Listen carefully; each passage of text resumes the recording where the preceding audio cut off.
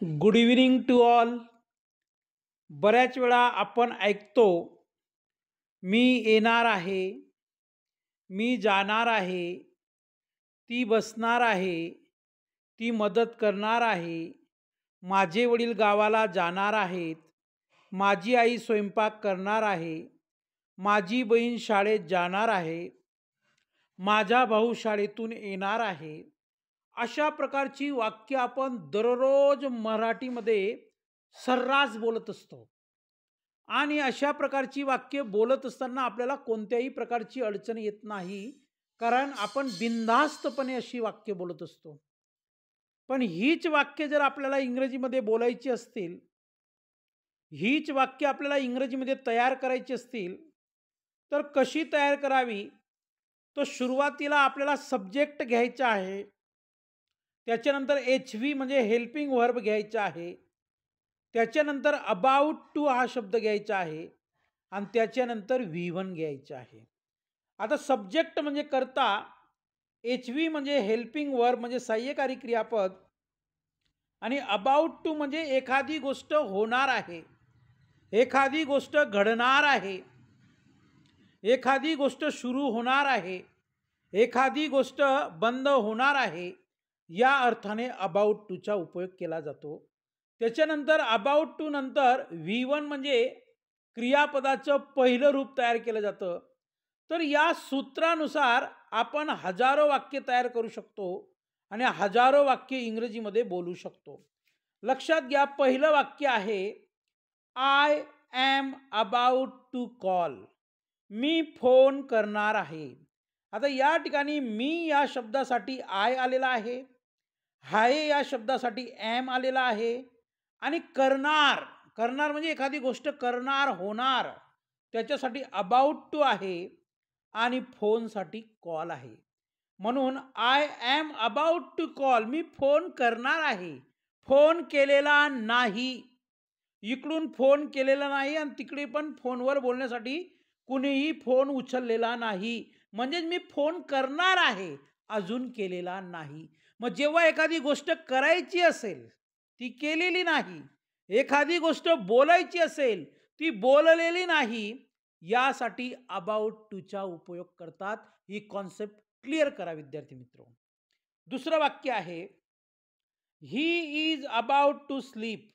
तो झोपणार आहे, तो झोपलेला नाही किंवा तो झोपलेला देखील न होता, तो झोपणार आहे. मग 5 मिनिटांनी झोपू शकतो, 10 मिनिटांनी झोपू शकतो, अर्ध्या तासांनी झोपू शकतो, पण झोपणार आहे, तो झोपणार आहे. He is about to sleep.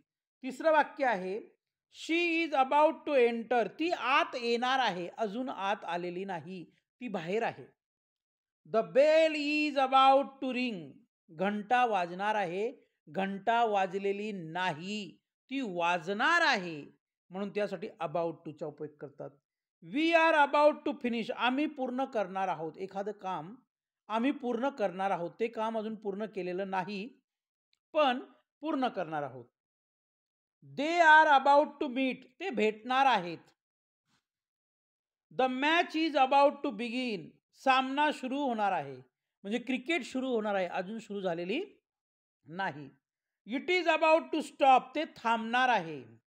You are about to learn. तू शिकणार आहेस, अजून शिकलेला नाही, तू शिकणार आहेस. मग तो इंग्रजी शिकण्याची गोष्ट असेल, मराठी शिकायची असेल, ड्रायव्हिंग शिकायची असेल, सायकल शिकायची असेल, बाईक शिकायची असेल, एखादं नवीन कौशल्य शिकायचं असेल, या दृष्टीने.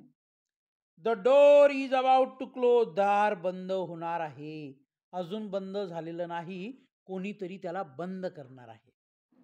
तर निश्चितच आपल्याला ही कॉन्सेप्ट समजली असेल. अजून या संबंधित काही वाक्य मी घेतो, जेणेकरून आपली संकल्पना स्पष्ट होईल. बघा, अजून वाक्य आहेत आपल्याकडे. I am about to ask. मी विचारणार आहे. He is about to fall. तो पडणार आहे. She is about to dance. ती नाचणार आहे. The food is about to cook. अन्न शिजणार आहे.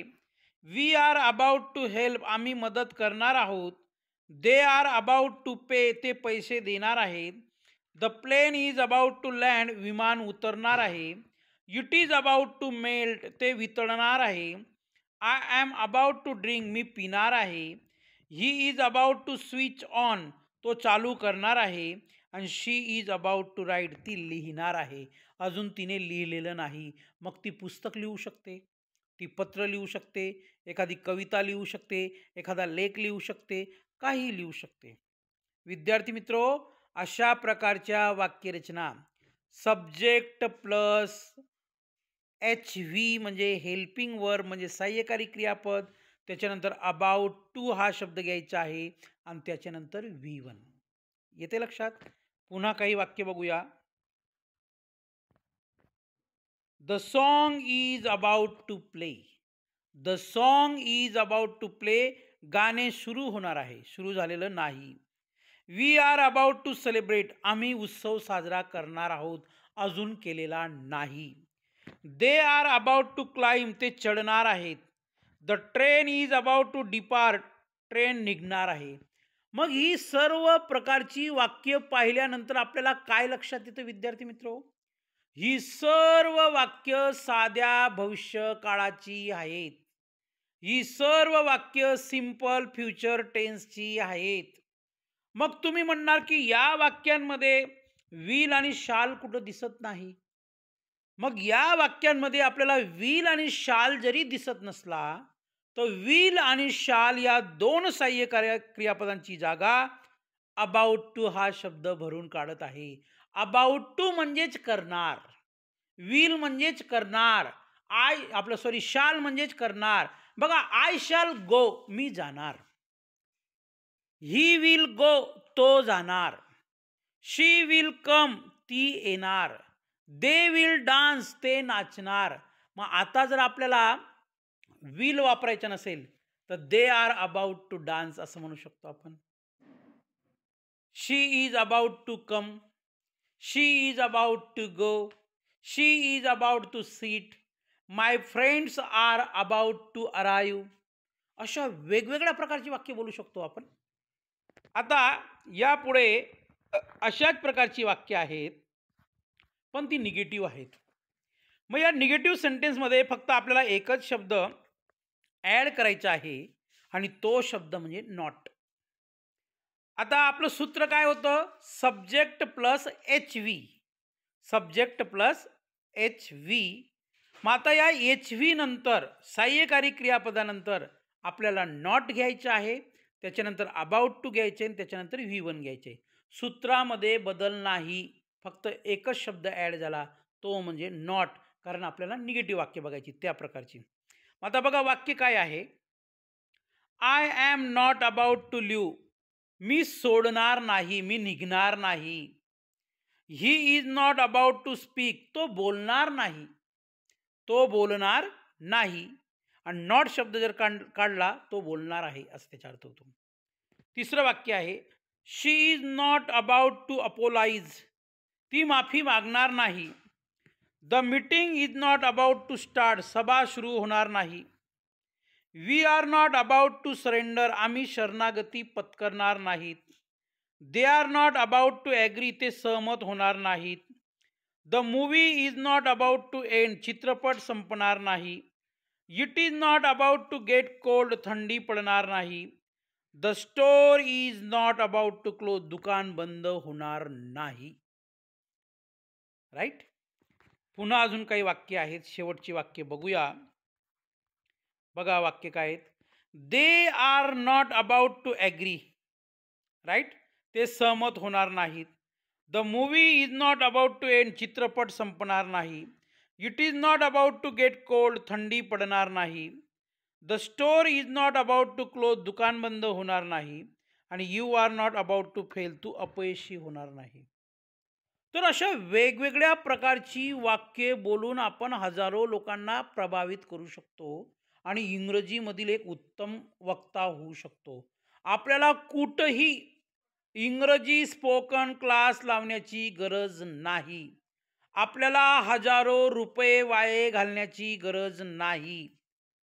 आपण फक्त दररोज श्रीरंग चव्हाण या आपल्या हक्काच्या आवडत्या यूट्यूब चॅनलला भेट द्या आणि आपल्याला हवा तो टॉपिक आपल्याला हवी ती कॉन्सेप्ट शिकून घ्या.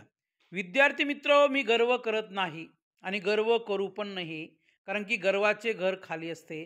पण एक गोष्ट आपल्याला आवर्जून सांगतो, की YouTubeवर जेवढे भी इंग्लिश स्पोकनचे व्हिडिओ असतील, ज्यांचे कोणी, तर त्यांच्या यूट्यूब चॅनलवर, माझ्या यूट्यूब चॅनलवर असलेल्या इंग्लिश स्पोकनचे व्हिडिओप्रमाणे आपल्याला मिळणार नाहीत.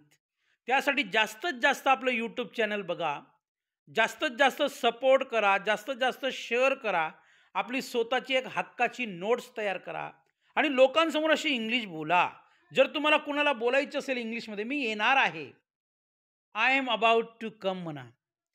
जर बोलायचं असेल मी जाणार आहे, I am about to go म्हणा. मी बसणार आहे, I am about to seat म्हणा.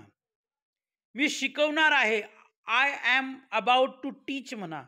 हजारो वाक्य मी बनवून देऊ शकतो.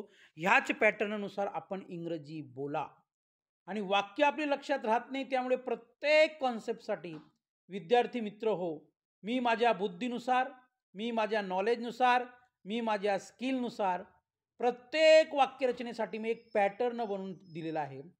एक सूत्र तयार करून दिलेलं आहे, एक पॅटर्न तयार केलेला आहे आणि त्या पॅटर्नलाच आपण चव्हाण इंग्लिश पॅटर्न असं म्हणतो.